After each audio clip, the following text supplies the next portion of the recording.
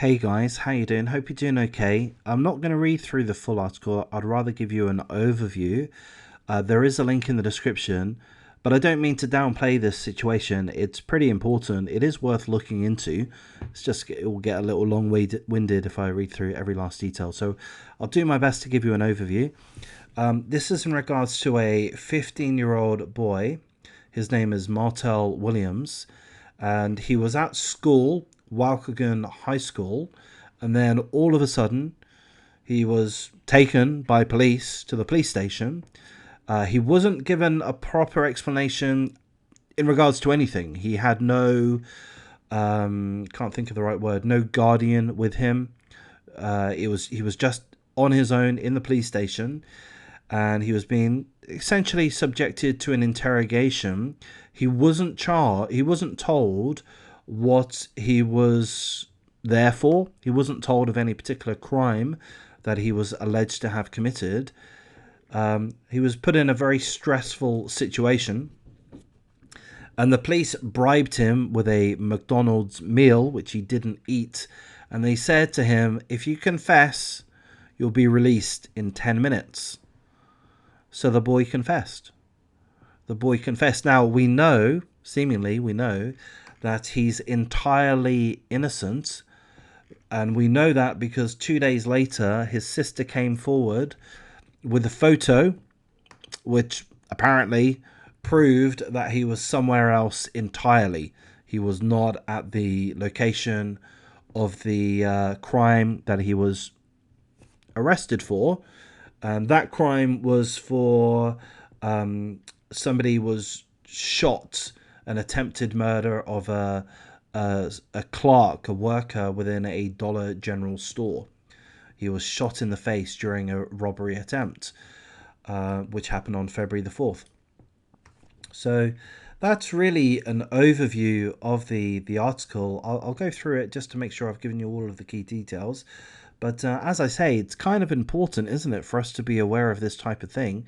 Seemingly, it's perfectly legal for police officers to arrest 15-year-olds, boys, and then essentially bribe them to make a confession, both with McDonald's, but perhaps more importantly, with the promise that they'll be released.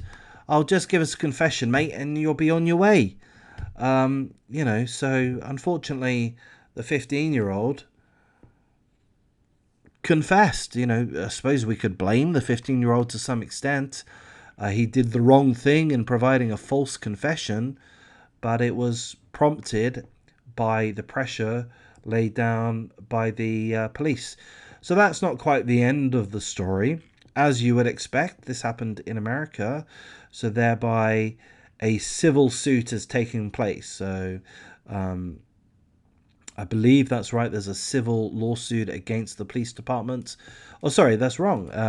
There's a possibility of filing a civil lawsuit, but certainly at this point, the boy and the boy's attorney is demanding that the school and the police department are both held accountable, and he demands an apology to clear the boy's name. I would dare say that they will be filing a civil lawsuit. I would. If you've got the chance to make a few $1 million, go for it, mate. Fucking hell, we only live once. You might as well get what you can get. I mean, you were certainly put through a pretty rough time of things, in my opinion. So anyway, there's the article. I will just skim read through, make sure that I'll tell you any other important bits of info. So just bear with me a moment.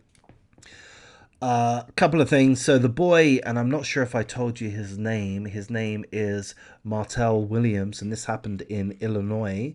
The boy said that he didn't know at the time that he was being accused of an attempted murder. He didn't know about the crime at all. He wasn't being adequately informed, is what he has said.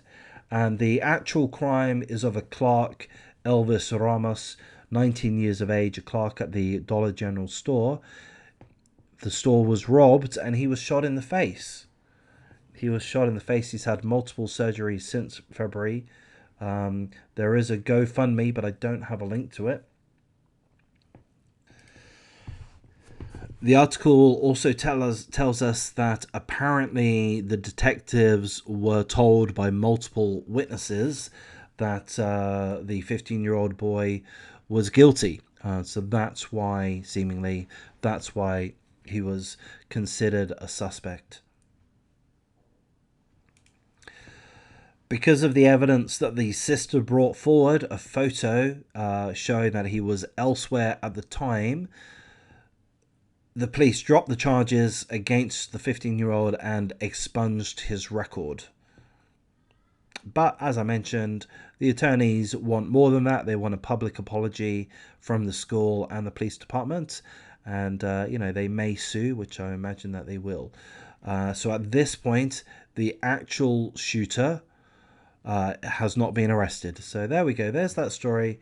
I mean, it is a mess. It's a fucking mess. It's just kind of scary, and I think it's important just to have this awareness that these kind of situations do happen. The police can be, in certain circumstances, overly heavy-handed and pressure children to the point that they make false confessions. This was very close to being an absolute tragedy.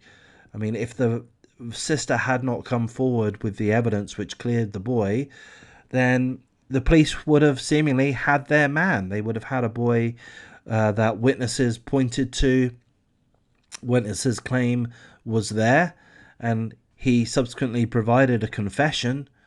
So I would think that if it weren't for the sister coming forward, this boy would perhaps be found guilty after a trial, perhaps be given life imprisonment.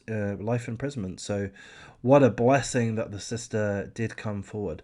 So of course, I wish the guys, the family, the best.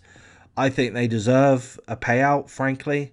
I'll give them a payout. People get payouts for all kinds of things. This is a good reason to get a payout, in my opinion. And let's hope that this kind of thing isn't repeated.